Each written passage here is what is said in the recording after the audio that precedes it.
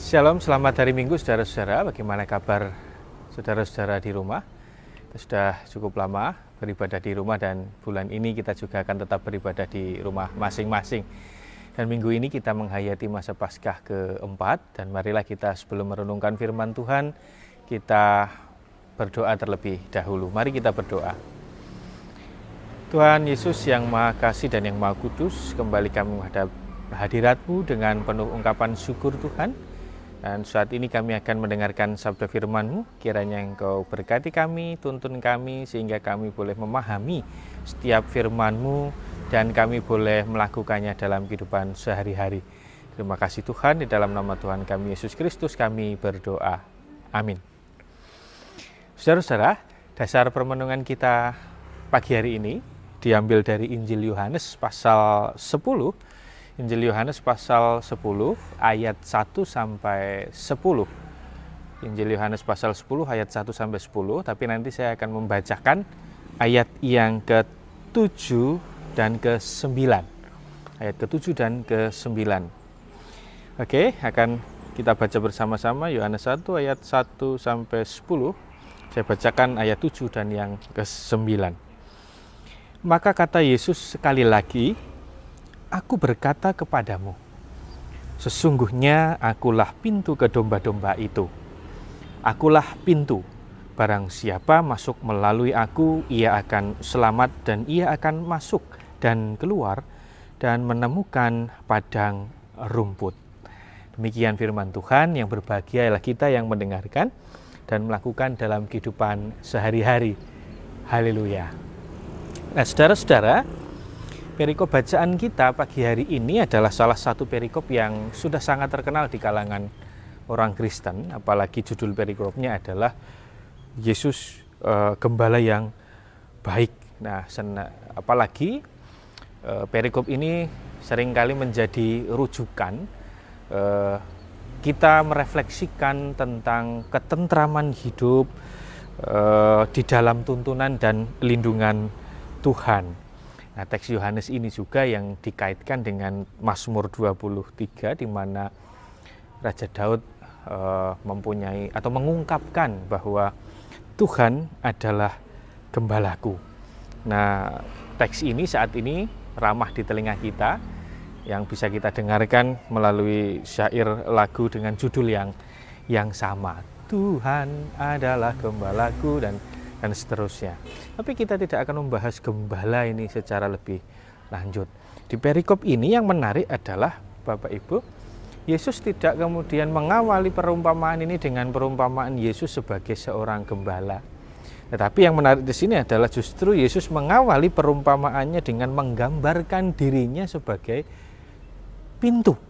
Nah, ini sebagai pintu yang menjadi jalan untuk keluar dan masuk domba-domba yang digembalakan di padang rumput, seperti yang kita baca tadi di ayat yang ke-7 dan di ayat yang ke-9. Ada dua hal yang bisa kita maknai, yaitu pintu yang selalu menghubungkan domba-domba dengan dunia luar, sekaligus juga pintu yang memastikan domba-domba itu tetap berada di dalam kandang dan terhindar dari ancaman hewan buas. Nah, meskipun demikian, kedua perumpamaan ini tentang pintu dan tentang gembala tidak bisa dipisahkan karena memang saling berkaitan. Nah, saudara-saudara, jangan kita bayangkan bahwa kandang domba yang ada di Palestina dan di Israel itu sama dengan kandang domba yang ada di Indonesia, apalagi kandang domba yang ada di tengah-tengah padang. Jadi begitu pula pintunya pasti berbeda dengan apa yang ada di Indonesia. Pintu yang dimaksud itu sebenarnya lebih tepat kepada jalan untuk masuk dan keluar kandang para domba-domba itu yang sedang digembalakan di padang rumput. Nah, saudara-saudara, supaya kita bisa menggambarkan dengan lebih real, kita tahu seperti apa bentuknya kandang domba dan pintu yang dimaksud oleh Yesus, ada sebuah gambar yang bisa mengantarkan kita untuk memahami hal itu lebih baik. Ini gambarnya.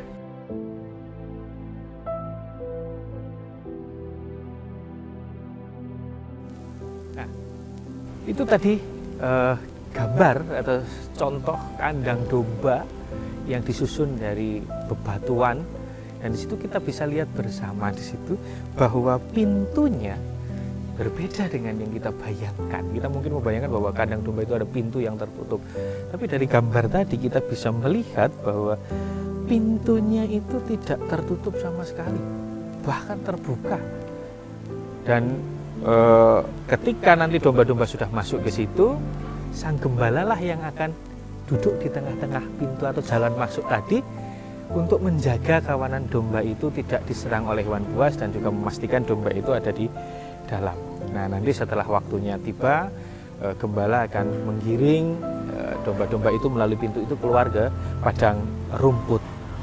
Nah, saudara-saudara, dari perumpamaan tersebut Yesus ingin menegaskan bahwa dialah pintu yang membawa domba-domba ke keselamatan, sekaligus juga mengantar domba-domba itu untuk memperoleh kehidupan dari padang rumput.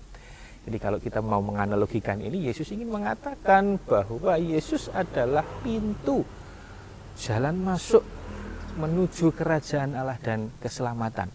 Tetapi sekaligus juga Yesus menjadi jalan untuk membawa kehidupan bagi manusia. Nah, itu salah satu pesan Yesus. Dan melalui perumpamaan ini sebenarnya Yesus juga tampaknya ingin mengkritisi para orang-orang Farisi dan pemimpin-pemimpin agama Yahudi ketika itu yang dirasa oleh Yesus menggembalakan umat itu kurang baik. Salah satu contohnya adalah orang-orang Farisi dan pemimpin-pemimpin agama Yahudi justru memisahkan umat dari kehidupan sehari. Seolah-olah ada pintu yang terkunci dengan rapat sehingga kehidupan keagamaan dan kehidupan sosial ataupun kehidupan sehari itu ada batasnya. Nah, dari situ Yesus ingin mengatakan, aku ini berbeda. Aku bukan pintu yang terkunci rapat, yang memisahkan hidup keagamaan dengan hidup sosial, tapi aku ini penghubung, bukan pembatas.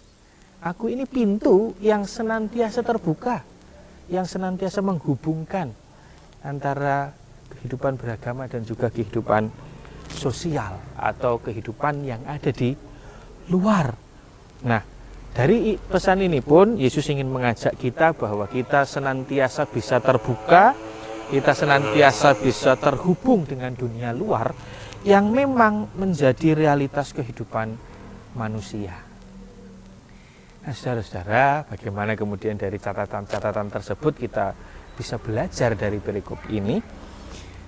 Paling tidak sekarang kita diingatkan bahwa kehidupan Kristiani atau katakanlah kekristenan itu juga tidak bisa dilepaskan dari yang namanya pengalaman hidup sehari-hari. Jadi kehidupan kekristenan itu selayaknya juga senantiasa terhubung dengan kehidupan yang ada di luar. Jadi identitas kekristenan kita itu tidak bisa kita hidupi sendiri di dalam kandang, itu tidak bisa. Tapi identitas kekristenan itu harus juga kita bawa di luar kandang, di dalam kehidupan sehari-hari, di dalam relasi sosial kita. Kalau kita hanya menghidupi sendiri itu tidak ada artinya. Jadi bisa dikatakan bahwa ada dua dimensi yang bisa kita maknai dari perumpamaan Yesus sebagai pintu, yaitu melalui Yesus kita belajar dan menghidupi iman kita, dan kita mendapatkan predikat atau kita mempunyai identitas sebagai pengikut Kristus. Tapi sekaligus juga melalui Yesus kita belajar bagaimana menghidupi kehidupan sosial, kehidupan sehari kita, apa itu solidaritas sosial dan yang lain-lain. Nah, kedua dimensi itu juga yang digambarkan sebagai kehidupan di dalam kandang dan di luar kandang, tapi dengan pintu yang selalu terbuka. pintu yang senantiasa menghubungkan keadaan di kandang dan yang di luar kandang.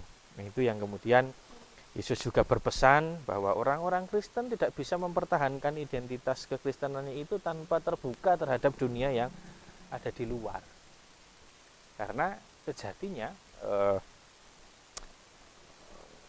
dalam relasi dengan dunia luar itu justru identitas Kristiani kita semakin dikuatkan, semakin bertumbuh, semakin berkembang, dan bahkan semakin terbangun. Nah, kalau kata pendeta Djwasadi Prasetya mengatakan bahwa justru dengan kita keluar melalui pintu itu menuju dunia, kita akan mendapatkan padang rumput itu. Nah, itulah yang menjadi pesan Yesus, bahwa kita sebagai domba-domba ada kalanya kita berada di dalam kandang kita, tetapi ada kalanya kita hidup bersama di luar kandang kita, karena kehidupan itu senantiasa berkaitan, baik itu kehidupan spiritual kita maupun kehidupan sosial kita. Itu yang tidak bisa kita pisahkan satu dengan yang lain. Nah, itulah yang ingin disampaikan Yesus. Yesus sebagai pintu yang terbuka, pintu yang senantiasa mengajar kita dua hal itu, bukan membatasi kita dari dunia ini. Nah, saudara-saudara, saat ini memang akses kita, ya, pintu itu kan menjadi sebuah akses. Sekarang ini kita seolah-olah sedang berada di dalam kandang, karena pada masa darurat COVID-19 ini kita harus tetap berada di rumah. Kita diharapkan untuk tidak gampang bepergian, apalagi untuk sesuatu hal yang kurang penting. Tapi bukan berarti dalam kondisi kita, akses kita sekarang dibatasi, bukan berarti relasi kita dengan dunia luar juga terbatas. Kita tetap bisa menjalin relasi dengan dunia luar, kita bisa menjalin relasi dengan saudara kita, tetangga kita, teman kita, atau saudara-saudara di persekutuan dengan berbagai macam pintu yang sekarang sudah tersedia.